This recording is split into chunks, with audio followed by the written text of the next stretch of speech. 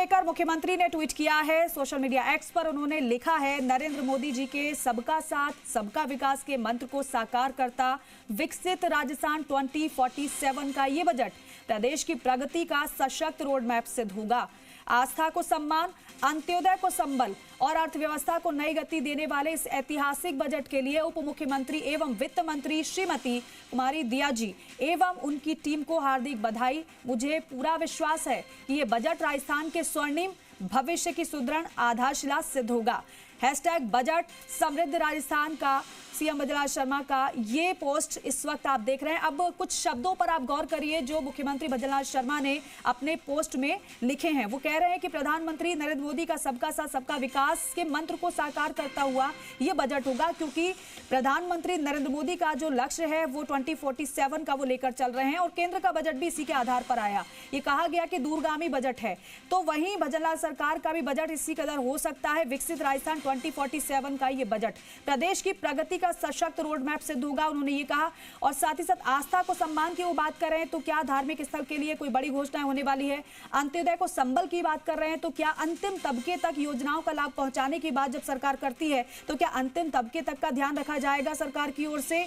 अंत्योदय को संबल दिया जाएगा और साथ ही साथ अर्थव्यवस्था को नई गति देने वाले इस ऐतिहासिक इस बजट को बताया जा रहा है। तो क्या अर्थव्यवस्था को नई गति देने के लिए इंफ्रास्ट्रक्चर पर सरकार का जोर रहेगा, यह भी देखना होगा। तो मुख्यमंत्री भजनलाल शर्मा का ये बजट पूर्व पोस्ट।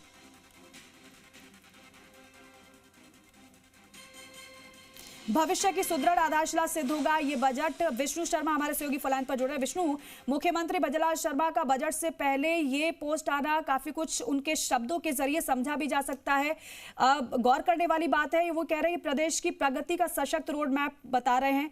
आस्था को सम्मान, अंत्योदय को संबल और अर्थव्यवस्था को नई गति देने वाला ये बजट। तो क्या ये समझे कि अंतिम व्यक्ति तक जो योजनाओं का लाभ पहुंचाने की बात सरकार कहती है उनको लेकर घोषणा कुछ हो सकती है, धार्मिक स्थलों को लेकर घोषणा हो सकती है और इंफ्रास्ट्रक्चर पर जोर दिया जाएगा सरकार की ओर से। ये ठीक है, क्योंकि लगातार पिछले 2 बजट हुए, उनको देखते हुए ये संभव है, क्योंकि मुख्यमंत्री भजनलाल शर्मा ने भी जो ट्वीट किया है वो सोच समझ के किया होगा, क्योंकि बजट जो है वो विष्णु का हिंट तो नहीं दे दिया इन शब्दों के माध्यम से उन्होंने।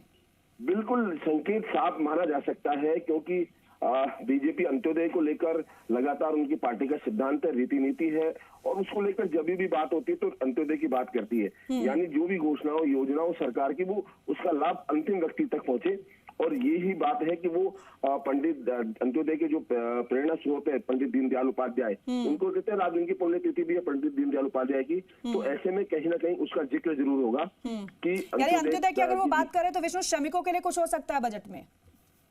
श्रमिकों के लिए बिल्कुल होगा, क्योंकि कई योजनाएं जो लाई जाएगी उसमें जो रोजगार मिलेगा वो रहेगा। इसके अलावा श्रमिकों के लिए पिछले दिनों मनरेगा को बदलकर इन्होंने वीबी जी राम जी किया था। तो ये तमाम जो बातें हैं वो पहले से ही संकेत है कि किस तरह से ये और जो सरकार है या बीजेपी है, चाहे केंद्र की हो चाहे राज्य सरकार हो, 4 जातियां ही मानती है।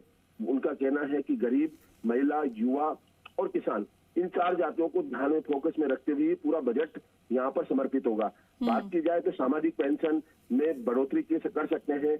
जो भर्तियों की घोषणा, क्योंकि हर साल 1 लाख भर्ती की घोषणा सरकार करती है, इस साल का कैलेंडर जारी कर दिया था और अब इसको लेकर भी जिक्र हो सकता है कि भर्तियां कैसे दी जाएगी। युवाओं को रोजगार, रिफाइनरी शुरू हो सकती है इस साल और इसको लेकर जो रिफाइनरी में रोजगार, कितने रोजगार मिलेंगे, कितना होगा, उसका जिक्र यहाँ पर किया जा सकता है। इसके अलावा सामाजिक सुरक्षा पेंशन का बता दिया। मेट्रो ERCP, ये ERCP महत्वपूर्ण प्रोजेक्ट है, एक ड्रीम प्रोजेक्ट इसको माना जा सकता है, क्योंकि ERCP धरातल पर उतारने की पूरी तैयारी है। तो ऐसे में उसका होगा।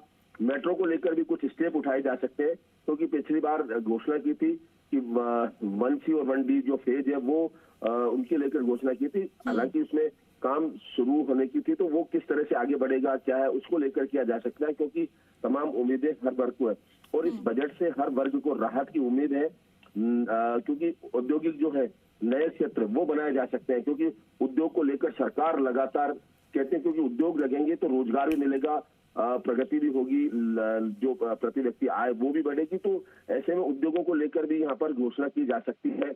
और क्योंकि सामाजिक सुरक्षा पेंशन का पैसा कई समय से लगातार बढ़ाया नहीं जाता, तो उनसे बढ़ाया जा सकता है।